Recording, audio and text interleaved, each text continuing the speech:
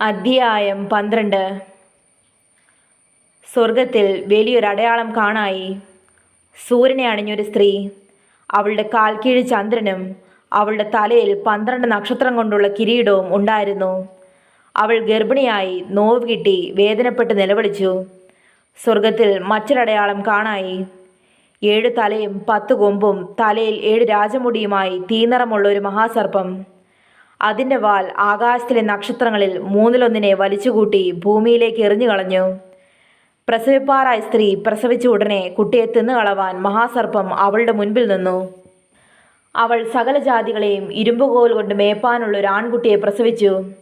കുട്ടി ദൈവത്തിൻ്റെ അടുക്കിലേക്കും അവൻ്റെ സിംഹാസനത്തിലേക്കും പെട്ടെന്ന് എടുക്കപ്പെട്ടു. സ്ത്രീ മരുഭൂമിയിലേക്ക് ഓടിപ്പോയി. അവിടെ അവളെ 1260 ദിവസം പോറ്റേണ്ടതിന് ദൈവം ഒരുക്കിയ ഒരു സ്ഥലം അവൾക്കുണ്ട്. പിന്നെ സ്വർഗത്തിൽ യുദ്ധമുണ്ടായി. മീഖായേലും അവൻ്റെ ദൂതന്മാരും മഹാസർപ്പത്തോട് പടവെട്ടി. തൻ്റെ ദൂതന്മാരുമായി മഹാസർപ്പവും പടവെട്ടി, ജയിച്ചില്ല താനും. സ്വർഗത്തിൽ അവരുടെ സ്ഥലം പിന്നെ കണ്ടതുമില്ല. ഭൂതലത്തെ മുഴുവൻ തെറ്റിച്ചു കളയുന്ന പിശാചും സാത്താനും എന്ന മഹാസർപ്പമായ പഴയ പാമ്പിനെ ഭൂമിയിലേക്ക് തള്ളിക്കളഞ്ഞു.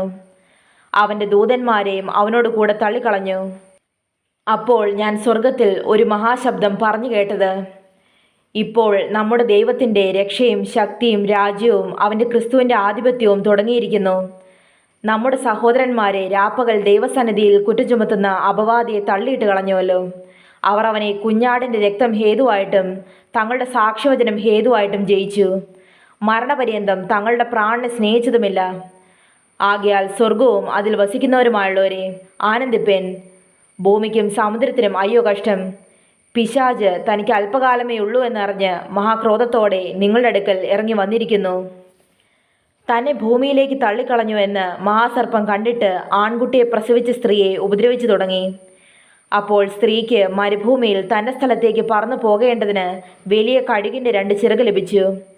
അവിടെ അവളെ സർപ്പത്തോടകലെ 1 കാലവും 2 കാലവും അരക്കാലവും പോറ്റി രക്ഷിച്ചു. സർപ്പം സ്ത്രീയെ ഒഴുക്കിക്കളയേണ്ടതിന് അവളുടെ പിന്നാലെ തൻ്റെ വായിൽ നിന്ന് നദി പോലെ വെള്ളം ചാടിച്ചു. എന്നാൽ ഭൂമി സ്ത്രീക്ക് തുണ നിന്നു. മഹാസർപ്പം വായിൽ നിന്ന് ചാടിച്ച നദിയെ ഭൂമി വായ് തുറന്ന് വിഴുങ്ങിക്കളഞ്ഞു. മഹാസർപ്പം സ്ത്രീയോട് കോപിച്ചു. ദൈവകൽപ്പന പ്രമാണിക്കുന്നവരും യേശുവിൻ്റെ സാക്ഷ്യമുള്ളവരുമായി അവളുടെ സന്തതിയിൽ ശേഷിപ്പുള്ളവരോട് യുദ്ധം ചെയ്യുവാൻ പുറപ്പെട്ടു. അവൻ കടൽപ്പുറത്തെ മണൽമേൽ നിന്നു.